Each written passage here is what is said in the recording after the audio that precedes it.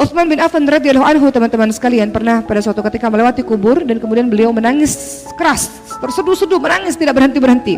Sahabat bertanya, "Utsman, kenapa engkau menangis? Bukankah engkau dijamin masuk surga oleh Rasulullah sallallahu alaihi wasallam?" Kemudian apa kata Utsman? Ini disebutkan di hadis riwayat Ahmad Tirmidzi. Beliau mengatakan, "Kuburan adalah rintangan pertama kali akhirat. Siapa yang sekarang berhasil di situ, setelahnya lebih mudah. Siapa yang celaka di situ, dikubur, maka setelahnya akan lebih susah. Tidaklah aku melihat suatu pemandangan yang lebih mengerikan dibanding kuburan." Begitu kata Utsman bin Affan.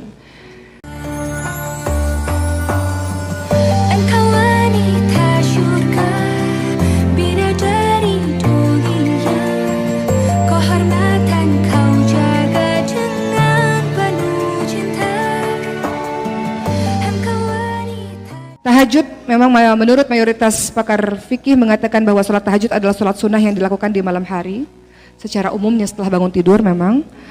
Dan kita akan lihat keutamaan orang-orang yang senantiasa sholat malam, ya, sholat tahajud. Pertama, keutamaannya sholat tahajud adalah sifat orang yang bertakwa tentu saja dan calon penghuni syurga. Jadi kalau ingin dikategorikan sebagai orang yang bertakwa, para penghuni syurga, maka tidak meninggalkan sholat tahajud, sholat malam. Teman-teman perhatikan surah Adz-Dzariyat ayat 15 sampai 18. Allah berfirman yang artinya, "Sesungguhnya orang-orang yang bertakwa itu berada di dalam taman-taman syurga dan mata air sambil menerima segala pemberian Rabb mereka. Sesungguhnya mereka sebelum itu di dunia adalah orang-orang yang berbuat kebaikan, yakni kanu qalilan minal laili ma yahja'un wa bil ashari hum yastaghfirun." Orang-orang yang masuk syurga ini orang-orang yang apa? Di dunia mereka sedikit sekali tidur di waktu malam dan selalu memohonkan ampun di waktu pagi sebelum fajar. Jadi orang-orang yang beriman yang masuk syurganya Allah adalah orang-orang yang sedikit tidurnya di waktu malam. Artinya adalah di awal malam tidurnya cepat, di sepertiga malam dia bangun untuk melakukan doa, bertobat kepada Allah, sholat tahajud, sholat hajat, sholat taubat dan sebagainya. Baik, kemudian yang kedua keutamaan dari sholat malam qiyamul lail itu adalah selain itu sifat tadi dari orang-orang yang bertakwa dan calon penghuni syurga, yang berikutnya adalah tidak sama antara orang yang sholat malam dengan orang yang tidak. Beda, ada perbedaannya. Teman-teman baca surah Az-Zumar ayat 9. "Apakah kamu hai orang-orang musyrik lebih beruntung ataukah orang yang beribadah di waktu-waktu malam dengan sujud dan berdiri sedang ia takut kepada azab akhirat dan mengharapkan rahmat dari Tuhannya? Katakanlah, adakah sama orang-orang yang mengetahui dengan orang-orang yang tidak mengetahui? Sesungguhnya orang yang berakal lah yang menerima pelajaran." Gak sama orang-orang yang gak pernah sholat malam bersama dengan orang yang sholat malam, dan orang yang malah sholat malam tidak sama. Dan sholat malam itu teman-teman sekalian adalah harus dipaksakan. Semua ibadah harus dipaksakan, gak bisa dipaksakan. Kalau teman-teman gak paksa diri teman-teman sekalian, teman-teman akan pilih tidur dengan selimut, dengan bantal yang empuk. Tapi semua ibadah harus dipaksakan. Ada perang yang dinamakan perang Uhud tahun 3 Hijrah. Pada saat itu jumlah umat Islam ada 700 orang melawan 3.000 orang pasukan kafir Quraisy. Singkat cerita, dalam perang Uhud umat Islam kalah pada saat itu karena ada beberapa orang di Bukit Pemanah yang diamanahkan oleh Rasul untuk tetap berada di Bukit Pemanah. Jangan pernah turun dari bukit tersebut orang-orang Islam. Tapi para pemanah ini turun, tidak mendengarkan nasihat Rasul sehingga para musuh menyerang dari belakang. Singkat cerita, dalam perang Uhud ada 70 syuhada Uhud mati syahid dalam menyedihkan. Tubuh-tubuh mereka tercabik-cabik, jantung mereka dimakan. Hamzah bin Abdul Muthalib jantungnya dimakan oleh seorang wanita kafir Quraisy bernama Hindun. Dan dalam perang itu para pasukan Islam termasuk Rasul sendiri mendapatkan luka yang sangat luar biasa, yang sangat mengerikan, sangat membahayakan untuk diri mereka, sakit, banyak sabetan pedang. Lalu ketika mereka pulang dan beristirahat, tiba-tiba beberapa jam kemudian Rasul katakan, "Ayo kita perang lagi, seluruh pasukan Uhud kita perang lagi supaya kita tidak dikenal sebagai orang yang lemah di hadapan orang-orang kafir Quraisy." Padahal mereka baru beristirahat, baru menyembuhkan luka-luka mereka, ada yang terbaring gak bisa bangun. Sami'na wa ta'na, mereka dengar, mereka taat kepada Rasulullah SAW. Namun ada pasangan kakak adik yang terbaring, lemah, tidak bisa bangun. Mereka bilang, kita harus tetap berdiri sampai ke hadapan Rasul. Jadi apa yang mereka lakukan? Mereka paksakan diri mereka untuk beribadah, untuk berjihad adalah bagian dari ibadah. Apa yang mereka lakukan? Mereka katakan, si abang berkata, si adik, "Dek, Aku tahu kamu tidak bisa bangun, tapi kita harus mengikuti perintahnya Rasul. Maka kita paksakan diri kita. Caranya, saya 1 kali seret badan kamu, kamu 1 kali seret badan saya. Saya seret badan kamu, gantian kamu seret badan saya. Saya seret badan kamu seret badan saya sampai kita berada di hadapan Rasulullah SAW. Begitu teman-teman sekalian, sebegitunya mereka memaksakan diri mereka untuk beribadah kepada Allah Subhanahu wa taala. Maka itu juga menjadi pelajaran untuk saya dan kita semua harus dipaksa. Kalau nggak paksa nggak bisa. Dan setelah dipaksa, sabar. Sabar nih nasihat buat saya nih. Sabar. Dalam ibadah itu sabar. Teman-teman qiyamul lail kalau nggak sabar, teman-teman akan cepat-cepat mengerjakannya. Jadi setelah dipaksakan sabar, teman-teman baca Quran, termasuk saya, baca Quran, belajar Quran, kalau nggak sabar, teman-teman pergi nggak jadi belajar Quran. Karena susah belajar Quran itu, kadang-kadang termasuk nasihat untuk diri saya pribadi, kadang ya Allah putus asa banget, kenapa sih teman-teman yang lagi ngapalin putus asa. Saya tanya sama teman-teman saya, teman-teman Maskal Hufat, santri-santri, dan ada beberapa orang guru, mereka rata-rata ngafalin Quran juga mereka menangis karena susah gitu ya, ada ayat-ayat yang susah gitu, jadi nangis sama Allah. Sabar. Guru saya juga mengatakan waktu saya mau belajar dengan beliau syaratnya cuma 2. Syaratnya adalah sabar dan istiqomah. Dan mengajarkan kembali ilmu yang sudah engkau dapatkan. Itu aja. Jadi waktu pertama kali dinasehati, dalam hati ya udah tahu sih Syekh, udah tahu gitu. Tapi ternyata dalam pelaksanaannya memang ternyata itu betul. Harus paksakan, harus ada waktu luang, waktu yang disediakan khusus untuk beribadah kepada Allah. Misalnya Quran, waktunya khusus disediakan untuk baca Quran yang nggak boleh diganggu oleh siapapun. Sabar. Istiqomah, jangan berhenti, hari ini baca, 3 hari kemudian baru baca lagi. Sabar, istiqomah, dan paksakan diri untuk beramal solih. Apapun itu ya, mau Quran kayak, mau qiyamul lail kayak, harus ada waktu yang kita sediakan. Ya, kemudian berikutnya adalah ketiga, keutamaan sholat tahajud. Sholat malam itu, tahajud sebaik-baik sholat sunnah. Ya, tadi kita sudah bacakan dalam hadis riwayat Muslim, sebaik-baik puasa setelah puasa bulan Ramadan adalah puasa di bulan Allah atau Muharram, dan sebaik-baik salat adalah salat wajib. Setelah salat wajib adalah salat malam. Dan yang keempat, keutamaan dari salat tahajud ini adalah kebiasaan bagi orang-orang yang salih. Nabi SAW bersabda, hendaklah kalian melaksanakan qiyamul lail karena salat malam adalah kebiasaan orang-orang salih sebelum kalian dan membuat kalian lebih dekat kepada Allah Subhanahu wa taala. Salat malam dapat menghapuskan kesalahan dan dosa. Jadi kalau mengikuti jejak orang-orang salih, maka salat malam. Jangan tinggalkan salat malam. Dan yang kelima, keutamaan dari salat tahajud atau salat malam qiyamul lail adalah sebaik-baik orang adalah orang yang melaksanakan salat tahajud. Dalam hadis riwayat Bukhari dijelaskan sebaik-baik orang adalah Ibnu Umar, seandainya dia mau melaksanakan salat malam. Maka ketika Ibnu Umar mendengarkan hal ini, mulai dari malam itu dia tidak lagi meninggalkan salat malam. Begitulah teman-teman sekalian, jadi saya skip ya, saya nggak baca banyak. Dan tentu saja salat malam dilakukan terus-menerus, terutama tentu saja juga dalam kondisi-kondisi sulit. Rasulullah SAW pernah melakukan perang Badar tahun 2 Hijrah. Pada saat itu pasukan Muslim hanya berjumlah 1.000 orang. 313 orang.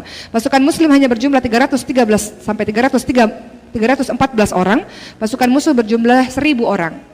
Jadi pada saat itu umat Muslim tidak punya perbekalan yang cukup untuk perang, sementara orang-orang kafir Quraisy sudah kuat. Muslim kan baru berhijrah ke Yathrib Madinah, jadi belum banyak kekuatannya, belum terkumpul dengan hebat.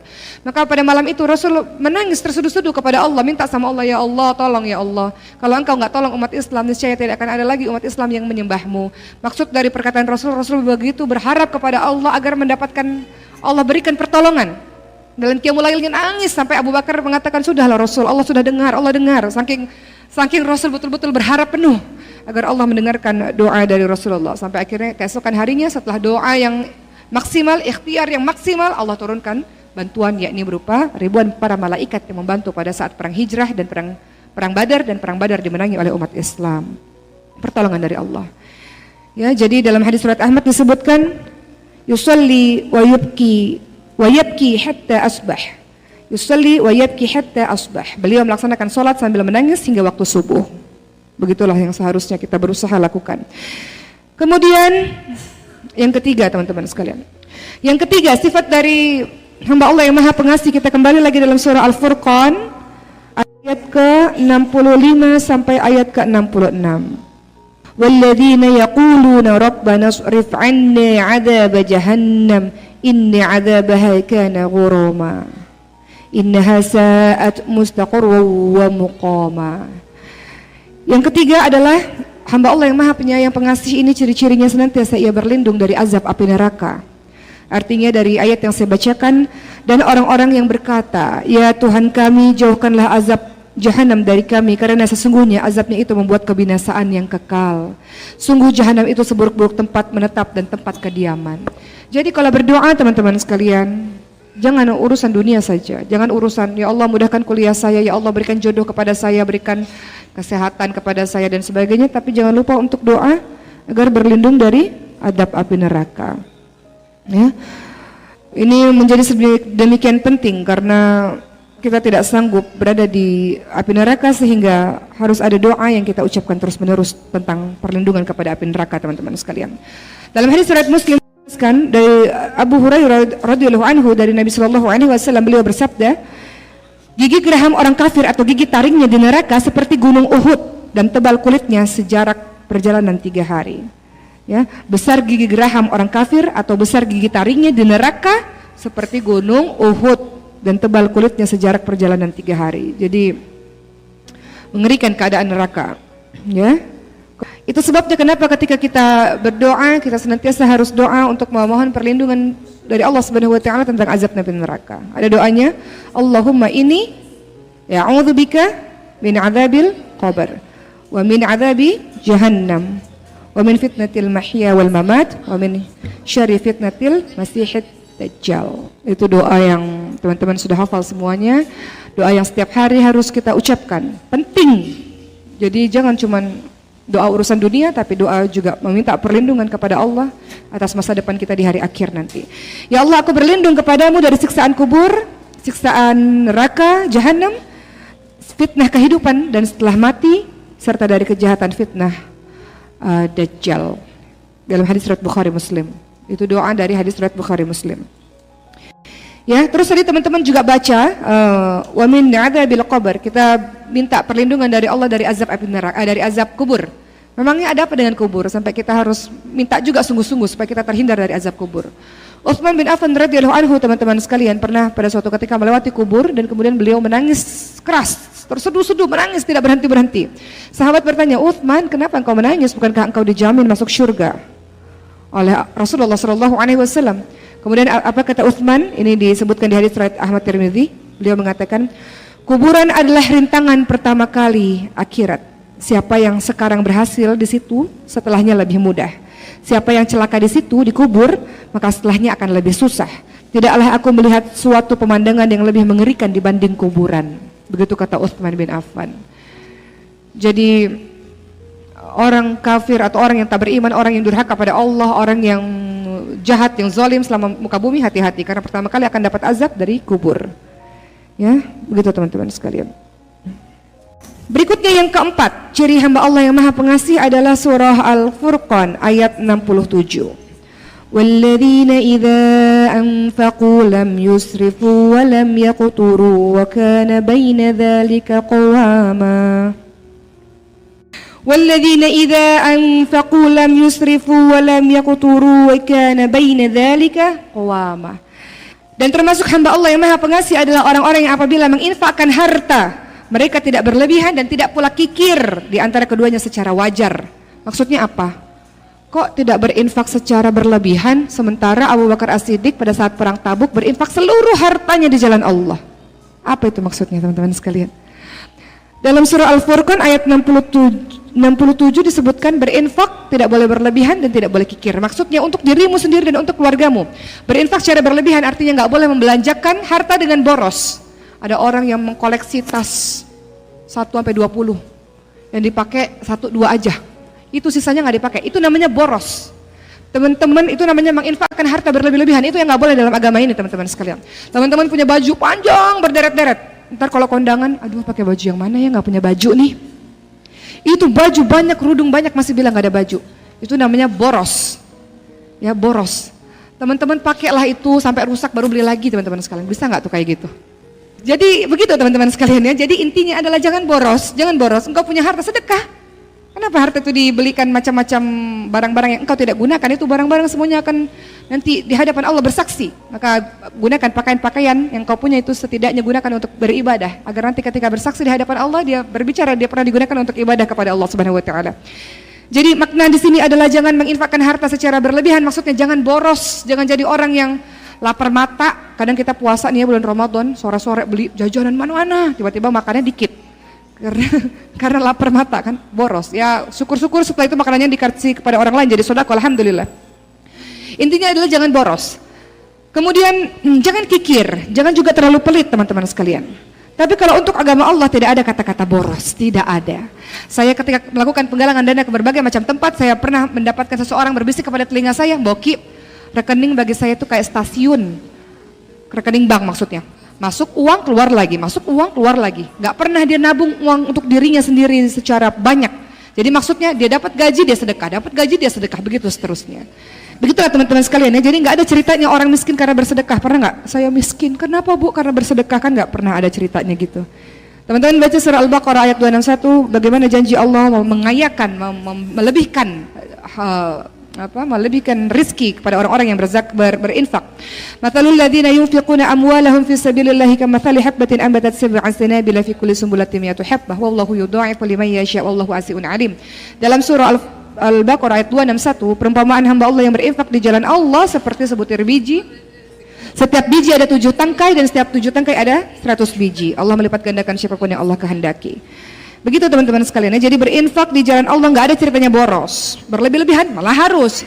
Tapi berinfak, tapi tentu saja ya bersedekah itu yang paling terbaik adalah yang paling dekat hubungannya dengan kita. Jadi kalau kita punya kerabat, orang tua kita miskin atau adik kita miskin, bibi kita miskin, ya bantu dia terlebih dahulu teman-teman sekalian. Yang miskin-miskin ini yang ada pertalian darah lebih diutamakan. Ya, jadi Hasan Al-Basri mengatakan nafkah yang dibelanjakan di jalan Allah tidak disebut boros, tidak disebut berlebihan. Jadi kalau kita lihat Abu Bakar menyerahkan seluruh hartanya di jalan Allah, bukan boros, bukan berlebihan. Tapi kalau infak untuk diri sendiri atau untuk keluarga yang boros, yang macam-macam dibeli, aneh-aneh dibeli, yang nggak penting dibeli, itu namanya berlebih-lebihan. Kemudian yang kelima, ciri hamba Allah yang Maha Pengasih adalah surah Al-Furqan ayat 68. وَالَّذِينَ لَا يَدْعُونَ مَعَ اللَّهِ إِلَٰهًا آخَرَ وَلَا يَقْتُلُونَ النَّفْسَ الَّتِي حَرَّمَ اللَّهُ إِلَّا بِالْحَقِّ وَلَا يَزْنُونَ. Dan mereka tidak mempersekutukan Allah, tauhidnya kokoh, minta tolongnya hanya sama Allah, menyembahnya pada Allah, bersandarnya hanya pada Allah, menceritakan kehidupannya hanya pada Allah. Sebagaimana engkau bilang, iyyaka na'budu wa iyyaka nasta'in, hanya kepadamu lah kami menyembah ya Allah, hanya kepadamu lah kami memohon pertolongan ya Allah. Kan teman-teman bilang begitu kan dalam salatnya. Atau teman-teman bilang Allahus Samad, ya Allah, Allahus Samad, Allah tempat bergantung, Allah tempat meminta segala sesuatu.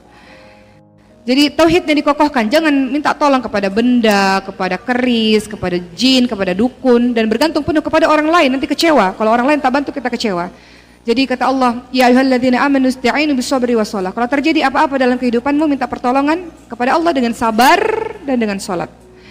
Kemudian di Al-Furqan 68 disebutkan dan tidak membunuh orang yang diharamkan oleh Allah dan tidak berzina. Makanya kalau ada yang mengatakan Islam teroris, itu tidak benar, karena Islam menghargai nyawa manusia. Ketika engkau membunuh satu manusia tanpa alasan yang benar, artinya engkau membunuh seluruh manusia. Ketika engkau menyelamatkan satu nyawa manusia, artinya engkau menyelamatkan seluruh nyawa manusia. Itu ajaran Islam teman-teman sekalian ya. Jadi nggak boleh membunuh dengan alasan yang tidak syar'i, kecuali perang ya, atau diserang oleh orang, ya nggak mungkin kita tidak membela diri kita sendiri. Tapi dalam keadaan yang seperti ini ya tidak ada ceritanya membunuh tanpa alasan syar'i, itu bukan ajaran Islam. Ya, berikutnya tidak berzina. Tidak berzina. Nggak ada orang tiba-tiba zina, nggak ada. Semuanya diawali dari hal yang kecil-kecil dulu. Memandang dulu, setelah memandang berbicara dulu, menyentuh dulu, lama-lama berzina. Makanya kata Allah, wala taqrabuz zina innahu kana fahisya wa sa'a sabila. Jangan dekati zina. Kata Allah bukan jangan berzina, kata Allah jangan dekati zina. Karena kenapa? Nggak ada tiba-tiba, setan nggak akan bilang ayo zina langsung sekarang, nggak mungkin. Setan tuh akan bilang gini, yuk telepon aja, nggak apa-apa kali, telepon-teleponan, namanya juga masa muda, pengen punya teman buat curhat gitu loh, gitu ya. Terus nanti, ayo jalan berdua, nggak apa-apa, jalan berdua kan nggak ngapa-ngapain juga, nggak apa-apa. Ini bahasanya setan mungkin gitu, mungkin ya, mungkin. Kan setan step by step, makhluk Allah. Nanti setan bilang saya lagi yang disalahin gitu ya. Padahal ntar setan di hari akhir, saya berlepas diri dari kamu, saya takut kepada Allah, setan akan bilang gitu. Jadi setan ini makhluk Allah yang paling sabar tidak putus asa. Jadi makhluk Allah paling sabar itu setan teman-teman sekalian, karena dia goda terus. Ya, paling istiqomah itu setan itu. Ya. Jadi istiqomahnya dalam menggoda manusia maksudnya, dan tidak bertanggung jawab karena nanti di hari akhir saya kan nggak nyuruh kamu, kan kamu yang mau gitu ya. Saya berlepas diri dari kamu, kan kamu yang mau gitu. Ketika mau dijeblosin ke penjara itu syaitan begitu ya. Saya berlepas diri dari kamu, saya takut kepada Allah, begitu kata syaitan. Jadi jangan mendekati zina. Apapun mata memandang bukan hanya ada si fulan di situ, godul basar, astagfirullahaladzim, bukan hanya begitu aja. Tapi itu Instagramnya itu teman-teman katanya godul basar, jaga pandangan, tapi dipantengin, ya Allah, si ikhwan, saya mencintaimu karena Allah gitu ya. Sudahlah teman-teman yang pacaran nih pada hari ini. Mau ngapain sih? Udah putusin aja nggak apa-apa, udah putusin aja. Jadi ingat Ustadz Felix ya. Putusin teman-teman sekalian, nggak perlu ngapain. Engkau itu masih banyak Quran, itu PR Quran tuh banyak. Abis Quran belajar lagi tafsir, abis tafsir belajar lagi nanti hadis, abis hadis belajar lagi fikih, belajar lagi apa, banyak yang harus engkau pelajari. Jadi jangan buang-buang waktu untuk urusan yang sayang udah makan belum, sayang jangan lupa ini, jangan lupa itu buang-buang waktu namanya. Seorang yang beriman adalah meninggalkan perkara yang tidak ada guna baginya.